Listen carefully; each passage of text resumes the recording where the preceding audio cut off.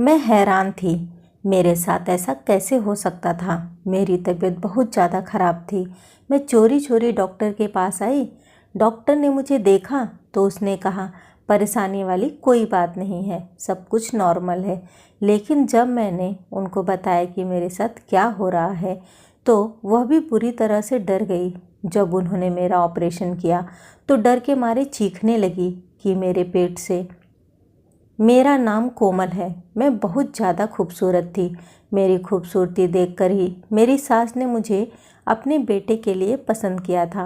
मेरी सास का एक ही बेटा था और 5 बेटियां थी, जिसमें से सिर्फ 2 ही बेटियों की शादी हुई थी। मैंने ऐसे घर में नहीं जाना चाहती थी जहाँ 5 नंदे हो, लेकिन मेरे पास कोई चारा नहीं था। मेरे माँ बाप बहुत गरीब थे और उनके पास इतना पैसा भी नहीं था कि वह मेरा दहेज दे सके। मेरे पापा ने कहा कि तू मेरी प्यारी बेटी है, तुझे उस घर में शादी करनी चाहिए क्योंकि उनकी कोई मांग नहीं है। मैंने कहा, पापा ऐसे घर में मेरी क्या इज्जत होगी। तो पापा ने कहा, वैसे भी औरतों की ससुराल में क्या इज्जत होती है, तू अपने पति पर काबू करना और कुछ दिनों में घर से अलग हो जाना। जबकि यह इतना आसान नहीं था क्योंकि मेरे पति अपनी माँ की इकलौती बेटे थे। उनका नाम अनिल था। मेरे माँ बाप ने अपने गरीबी से पीछा छुड़ाने के लिए मेरी शादी उनसे करवा दी। हम लोग तो शहर में रहते थे लेकिन यह लोग गांव में रहते थे। जब मेरी शादी हुई तो शादी वाले दिन मेरी सास बस यही कह रही थी कि मुझे तो जल्दी से पोता या पोती की शक्ल देखनी है, घर में रौनक लगी रहेगी तो अच्छा है। मेरी सास को बच्चे पैदा करने का बहुत शौक था। देखकर तो ऐसा ही लगता था कि शायद बेटे की चाह में इतनी बेटियां पैदा हो की हैं, लेकिन ऐसी कोई बात नहीं थी। असल में उनको बच्चे बहुत पसंद थे, इसलिए उन्होंने इतने सारे बच्चे पैदा किए थे। जैसा मैंने सोचा था वैसा मेरे साथ उस घर में कुछ नहीं हो रहा था। मेरे साथ कोई बुरा व्यवहार नहीं किया जा रहा था, लेकिन वैसा ही हो रहा था जैसा बहुओं के साथ किया जाता है। पहले दिन से ही बच्चे की बातें शुरू हो गई थी। शादी हो गई है तो जल्द से जल्द बच्चा पैदा होना चाहिए। लेकिन जब पहला महीना गुजर गया तो मेरी सास ने तभी से कुछ अजीब सा मुँह बना लिया था। मैं हैरान रह गई कि रात को ही वो मेरे पति से कह रही थी कि इसे डॉक्टर के पास लेकर जाना, इसे बच्चे क्यों नहीं हो रहे। मैं हैरान रह गई कि अभी तो सिर्फ 1 ही महीना हुआ था। आखिर ये कैसे लोग हैं? क्या ये मुझे बच्चा पैदा करने के लिए लाए थे? मैंने अपने पति से कहा तो उन्होंने कहा, जो माँ कहेगी वही होगा, तुम्हें ज़्यादा बोलने की ज़रूरत नहीं है। मैं बहुत परेशान रहती थी। मेरी शादी को 8 महीने हो चुके थे, लेकिन अभी तक मेरे यहाँ बच्चों की कोई खबर नहीं थी। इन 8 महीने को मेरी सास ने गुनाह बना दिया।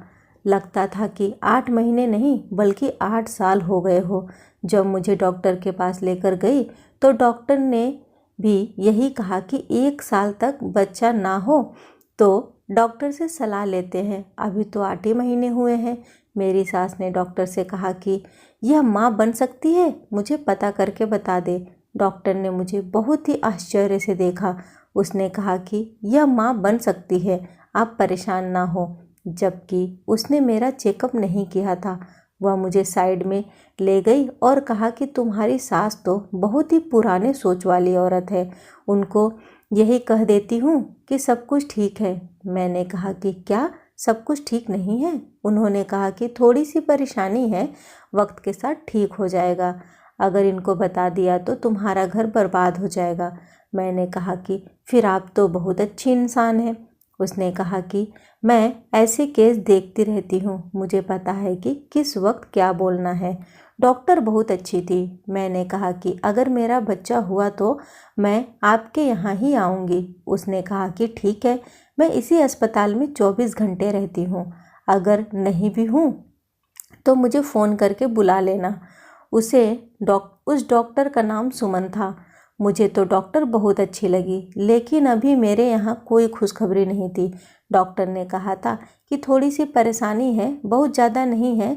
इसी तरह 5-6 महीने और गुजर गए और मेरी सास ने सबको कहना शुरू कर दिया कि मेरी बहू तो बांझ है।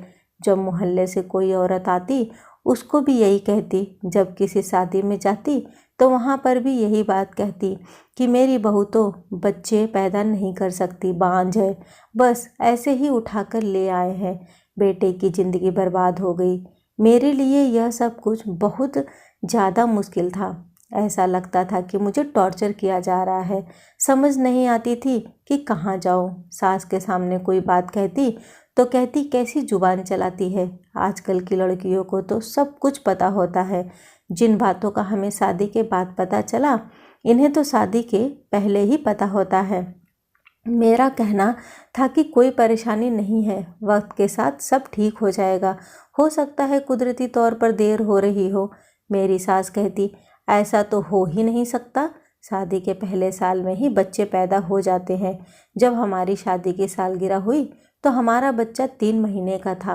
1 साल के अंदर ही हमने बच्चा पैदा कर लिया था। यह तो अच्छा था कि मेरी उम्र ज़्यादा नहीं थी, तो इस बात के लिए भी मुझे ताने सुनने पड़ते। मेरे पति तो कुछ बोलते ही नहीं थे, बस चुपचाप बैठे रहते थे। जो उनकी माँ कहती वही करते थे। मैं बहुत ज़्यादा परेशान थी। फिर एक दिन मेरी बहुत ज़्यादा तबीयत खराब हो गई। मुझे डॉक्टर के पास लेकर गए तो डॉक्टर ने कहा कि यह माँ बनने वाली है। तब कहीं जाकर सबको चैन आया। यह सुनकर मेरी सास को खुश होना चाहिए था, लेकिन उनके चेहरे पर परेशानी थी, क्योंकि वह पूरे खानदान में मुझे बांझ मशहूर कर चुकी थी। अब तो सब लोग कहने लगे कि आप तो कहती थी कि आपकी बहू कभी बच्चा नहीं पैदा कर सकती, फिर ये कैसे हो गया। मैं भी चुप हो गई। आखिर मेरी प्रार्थना भगवान ने सुन ली थी। मेरे साथ तो इंसाफ हो गया था। मैं माँ बनने वाली थी। जितना मेरी सास को बच्चों का शौक़ था, मुझे लगा उतना मेरा ख्याल भी किया जाएगा, लेकिन मेरा बिल्कुल भी ध्यान नहीं रखा गया। मेरे लिए कामों के ढेर पड़े हुए रहते थे। मेरे लिए कोई भी चीज़ नहीं होती। पति से कहती तो कहता माँ से पूछ कर लाऊंगा। जब माँ से बात करता तो वह कहती कि कोई ज़रूरत नहीं है। मैंने कौन से फल फ्रूट खाए थे, फिर भी 6 बच्चे पैदा किए, सारे के सारे ठीक है, कोई परेशानी नहीं है। यह सब औरतों के चोचले होते हैं। ऐसे समय में पति को अपनी उंगली पर नचाना चाहती हैं, जानबूझकर मासूम बन जाती हैं। कोई तबीयत खराब नहीं होती, और औरत का शरीर तो बना ही होता है बच्चा पैदा करने के लिए। बस उसकी बातें सुना करो और एक कान से निकाल दिया करो। ज़्यादा सर पर मत चढ़ाओ, नहीं तो पछताओगे। मुझे बहुत ज़्यादा दर्द होता था। मुझे छोटी मोटी तकलीफ़ें होती थी, क्योंकि मेरा पहला बच्चा था और वह भी इतने महीने बाद हो रहा था। जब भी मैं कुछ कहती तो मेरा पति कहता मेरी माँ के साथ तो ऐसा कुछ नहीं हुआ था, तुम्हारे साथ क्यों हो रहा है। लेकिन एक दिन मेरी बड़ी ननंद आई थी, वह भी माँ बनने वाली थी। उसने कहा कि माँ पेट में बहुत दर्द हो रहा है।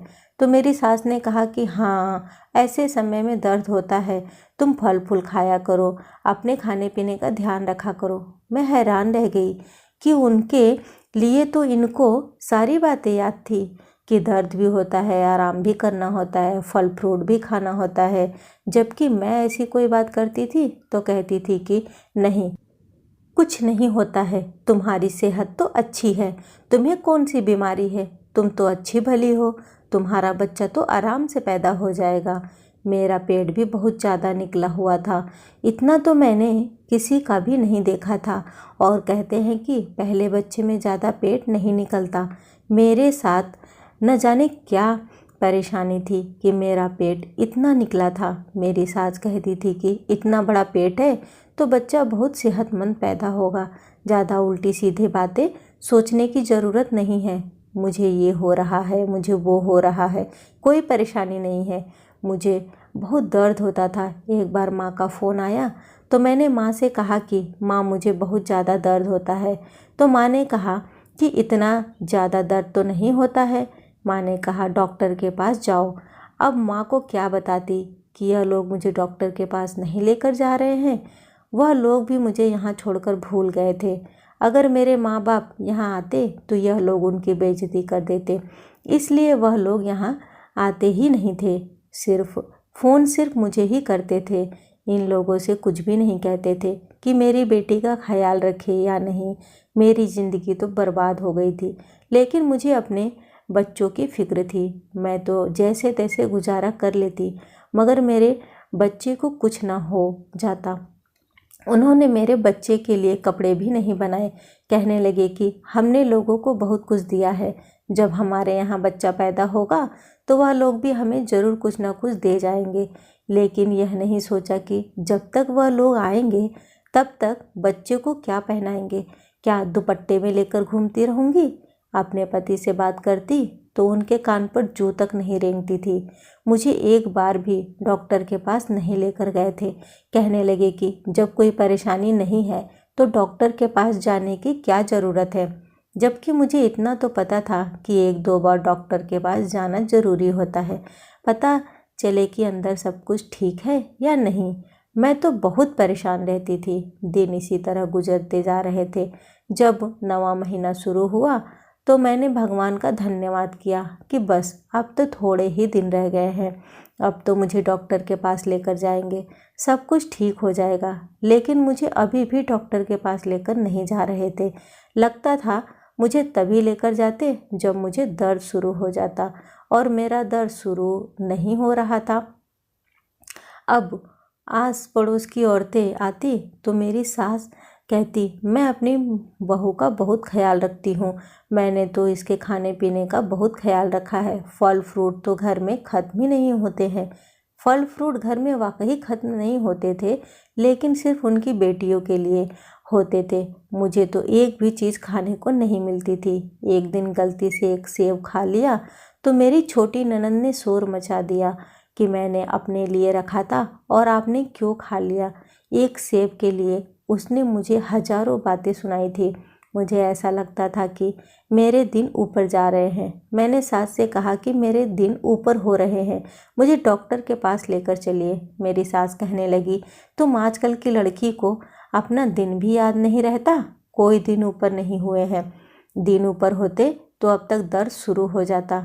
दर्द नहीं हो रहा है इसका मतलब है कि अभी दिन पूरे नहीं हुए हैं। मैंने कहा कि मुझे वैसे भी बहुत दर्द हो रहा है। जब मैंने बहुत जोर दिया तो मेरे पति मुझे एक वैद्य के पास लेकर गए।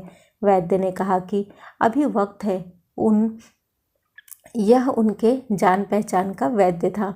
उसकी बातें सुनकर मेरी सास कहने लगी कि देखो, अभी वक्त है, पता नहीं तुमको किस बात की जल्दी पड़ी हुई है। पहली माँ देखी है मैंने, जो चाहती है कि जल्दी से बच्चे पैदा हो जाए और मेरी जान छूटे। आखिर यह कौन सी अक्लमंदी की बात थी कि बच्चा पैदा होने के बाद मेरी जान छूट जाएगी। जाहिर सी बात है कि उस बच्चे को संभालना तो मुझे था। यह लोग तो कुछ करने वाले नहीं थे। यह लोग तो मुझे हर तरह से टॉर्चर कर रहे थे। मुझे कुछ समझ में नहीं आ रहा था कि क्या करूं। एक दिन मैं छत पर खड़ी थी क्योंकि मेरा दिल बहुत घबरा रहा था। सामने वाली पड़ोसी ने मुझे देख लिया और कहा, यह तुमने अपना क्या हाल बना रखा है। मैंने उसको बताया कि मेरी प्रेगनेंसी को 13वां महीना चालू है। मेरी बातें सुनकर वह चौंक गई। उसने कहा कि कैसी बातें कर रही हो तुम। भगवान का शुक्र करो कि अभी तक सब ठीक है। जल्द से जल्द तुम डॉक्टर के पास जाओ। ऐसे में देर करना ठीक नहीं है। यह तो गलत बात है। तुम्हारे घर वालों को तुम्हारी परवाह नहीं है। तुम तो माँ हो, तुम्हें अपने औलाद के लिए खुद ही लड़ना पड़ेगा। तुम क्या कर रही हो? किसी भी तरह डॉक्टर के पास जाओ। तुम्हें अगर दर्द नहीं हो रहा है तो वो तुम्हारा ऑपरेशन कर देंगे। यह ना हो कि वक्त गुजर जाए। मैं बहुत ज़्यादा डर गई और एक पल भी मैं बैठ नहीं सकती थी। मैंने पति से कहा कि मुझे डॉक्टर के पास जाना है। मुझे कुदरती दर्द शुरू नहीं हो रहा है, शायद ऑपरेशन करना पड़ेगा। उसने कहा कि पागल तो नहीं हो गई हो तुम? पता है ऑपरेशन में कितने पैसे लगते हैं? मैंने कहा कि आपको पैसों की पड़ी है। यह तो आपका भी बच्चा है, आपको उसकी परवाह नहीं है। मुझे पता चल चुका था कि इन लोगों को उसकी कोई चिंता नहीं है। शायद यह लोग मुझे जानबूझकर नहीं ले जाना चाह रहे थे कि मैं मर गई तो अच्छा है, बच्चा आएगा तो खर्चे बढ़ेंगे। और यह लोग हद से ज़्यादा कंजूस थे। पड़ोसन ने ठीक ही कहा था कि अब मैं माँ बन गई थी। मुझे अभी से अपने बच्चे के लिए लड़ना था। मेरे पास बच्चों के कपड़े वगैरह कुछ नहीं था, न ही उन लोगों ने मुझे पैसे दिए थे और न ही बाजार जाने दिया था। मैंने खुद ही अपने पुराने दुपट्टों से कुछ कपड़े बनाए थे। वह सब मैंने अपने बैग में डाले और जो कपड़े अपने साथ ले सकती थी वह सब लिया और चोरी चोरी मैं अस्पताल चली गई। मुझे पता था कि थोड़ी देर बाद इनको पता चल जाएगा कि मैं घर पर नहीं हूँ, तो यह शोर मचाएंगे कि मैं कहाँ हूँ। जब उनको पता चल जाएगा कि मैं कहाँ हूँ तो यह कहेंगे कि मेरा फ़ोन भी बंद है और मैं घर से भाग गई। अगर मेरे पति को पता भी चल गया कि मैं अस्पताल गई हूँ तब भी वह मुझ पर गुस्सा करेंगे, लेकिन मुझे किसी की परवाह नहीं थी सिवाय अपने बच्चों के। मैं अस्पताल चली गई और वह डॉक्टर मुझे जल्दी मिल गई। मैंने उनको बताया कि यह बात है। उसने अपने आले को जब मेरे पेट पर लगाकर चेक किया तो उसकी आंखें फटी की फटी रह गई। उसने मुझे इस तरह से देखा कि जैसे कोई अजीब बात है जिसके बारे में उसने आज तक ना देखा है ना सुना है। उसने चीख चीख कर सबको बुलाना शुरू कर दिया, बाकी डॉक्टर और नर्स को। मैं बहुत ज़्यादा डर गई। मैंने कहा कि डॉक्टर क्या हुआ है, बताइए तो सही। डॉक्टर ने कहा कि बताते हैं तुम्हें।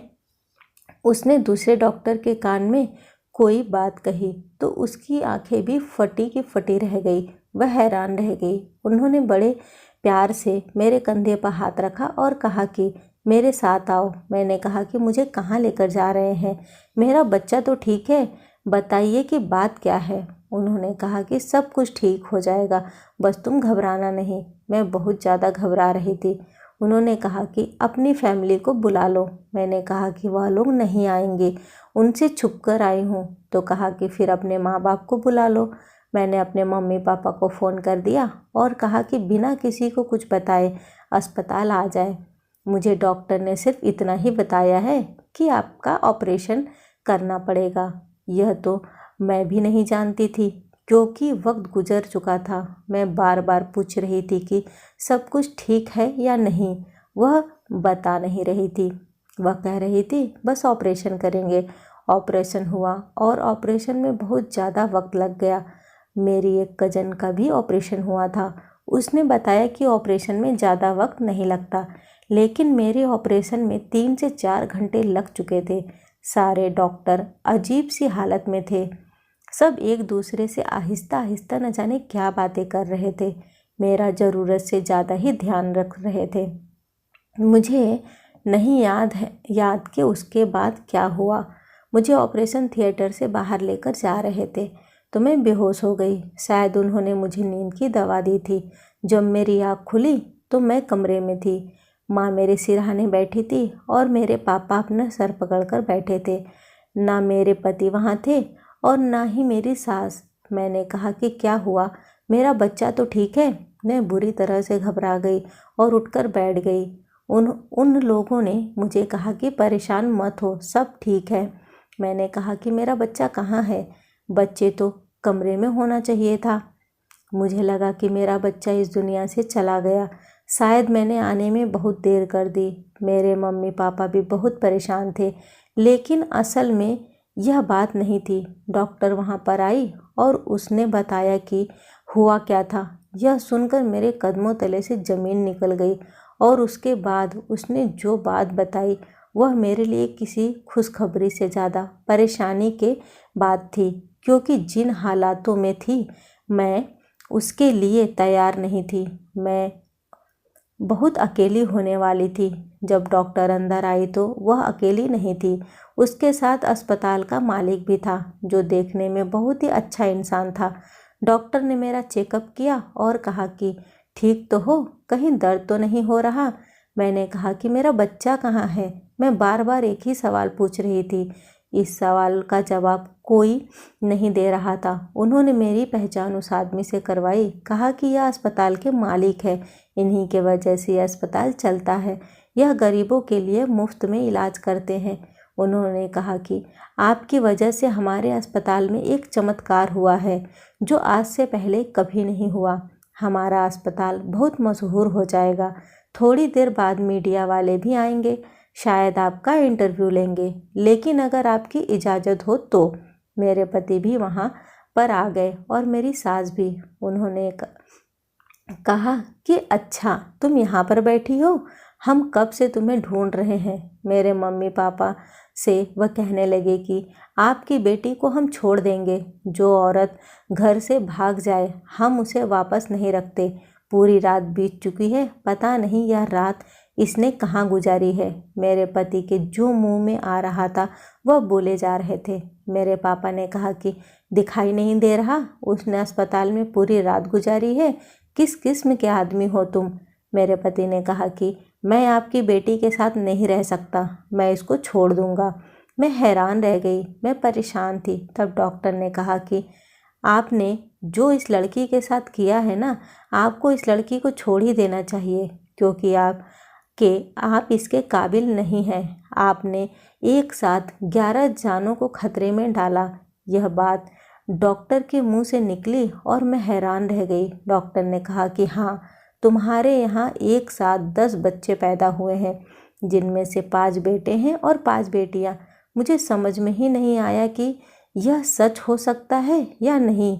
मेरे साथ साथ बाकी सब लोग भी हैरान थे। मेरे पति और मेरी सास की तो अजीब सी शक्ल बन गई। उन्होंने कुछ देर एक दूसरे को देखा और कहा कि इस औरत के साथ 10 बच्चों को जन्म दिया है, हम कैसे इस बच्चों की परवरिश करेंगे, हम कहाँ से इतना सब कुछ लाएंगे, हमारे पास तो पैसे भी नहीं हैं।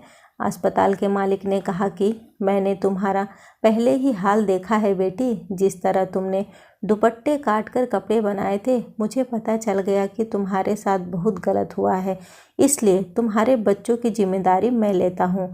जब तक यह बच्चे बड़े होकर अपने पैरों पर खड़े नहीं हो जाते, नौकरी करने के काबिल नहीं हो जाते, इनका खाना पीना पढ़ाई हर चीज़ का मैं खर्च उठाऊंगा। जब उसने यह कहा तो मेरे पति और मेरी सास एक दूसरे को देखकर आंखों आंखों में फिर से कुछ बातें करने लगे। मेरे पति ने कहा कि मुझे माफ़ कर दो, मैं परेशान हो गया था। देखो, बात भी तो ऐसी है, भगवान ने हमें कितने सारे बच्चे दे दिए। मेरे पति ने यह बात की तो मैंने उसका हाथ पीछे झटक दिया। मैंने कहा कि कोई ज़रूरत नहीं मेरे पास आने की। अभी तो तुम मुझे तलाक देने की बात कर रहे थे, क्योंकि तुम्हें लगता था कि मैंने यह रात कहीं और गुजारी है और इन बच्चों का खर्चा नहीं उठाना चाहते थे। और अब तुम्हें यह पता चल गया है कि इनका खर्चा कोई और उठाने वाला है, तब तुम्हें कोई परेशानी नहीं है। मैंने अपने माँ बाप को कहा कि मुझे इस आदमी के साथ नहीं जाना। मैं वहाँ से अपने घर चली गई। मेरे पति को अपनी गलती का एहसास हो गया। वह बार बार मेरे घर आते थे।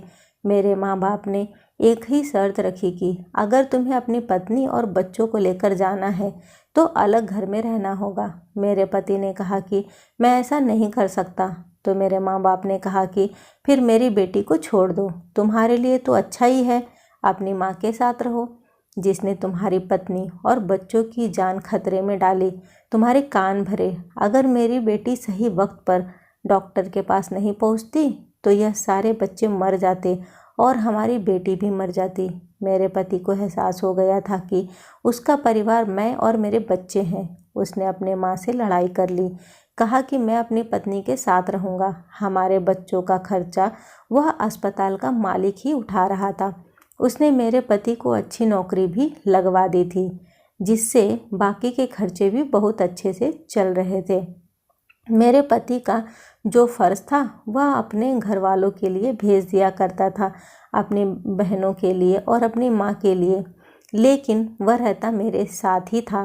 अब मेरा पति एक अच्छा और जिम्मेदार इंसान बनकर अपने बच्चों की परवरिश में मेरे साथ था। मेरे साथ क्या हुआ था यह मुझे इसलिए नहीं बताया गया था कि कहीं मैं परेशान ना हो जाऊं, मेरा ब्लड प्रेशर ना बढ़ जाए, क्योंकि इस तरह मेरे और मेरे बच्चों दोनों के लिए परेशानी बन जाती। लेकिन यह बात वाकई मशहूर हो गई। मीडिया में भी इसकी खबर चली। छोटे से गांव में एक औरत ने 10 बच्चों को जन्म दिया, जिसमें से 5 लड़के और 5 लड़कियां थी, और इस अस्पताल के डॉक्टर को सराहा जा रहा था, जिन्होंने इतना मुश्किल केस हैंडल किया और माँ समेत सारे बच्चों की जान बचा ली। मेरी सास क्या चाहती थी यह मैं आज तक नहीं समझ पाई। पहले तो उन्हें बच्चे चाहिए थे और जब बच्चे हुए तो उन्हें बच्चों से ही नफरत हो गई। शायद वह यही सोचती थी कि अगर बच्चा हो जाएगा तो उनका बेटा उनको भूल जाएगा। भगवान का शुक्र है कि उसने मेरे बच्चों की खाने पीने और परवरिश का इंतज़ाम कर दिया। भगवान अगर किसी को दुनिया में भेजता है तो उसके खाने पीने का कोई न कोई इंतज़ाम कर देता है, नहीं तो इस 10 बच्चों को संभालना हमारे लिए बहुत मुश्किल था। अब मेरे बच्चे बहुत अच्छे से पल रहे हैं। मैं हर वक्त भगवान का धन्यवाद करती हूँ। दोस्तों, कैसी लगी ये कहानी मुझे कमेंट करके ज़रूर बताइएगा। वीडियो को लाइक और शेयर करना ना भूलें। चैनल पे पहली बार आए हैं तो इसे सब्सक्राइब ज़रूर करें। कहानी सुनने के लिए आपका बहुत बहुत धन्यवाद।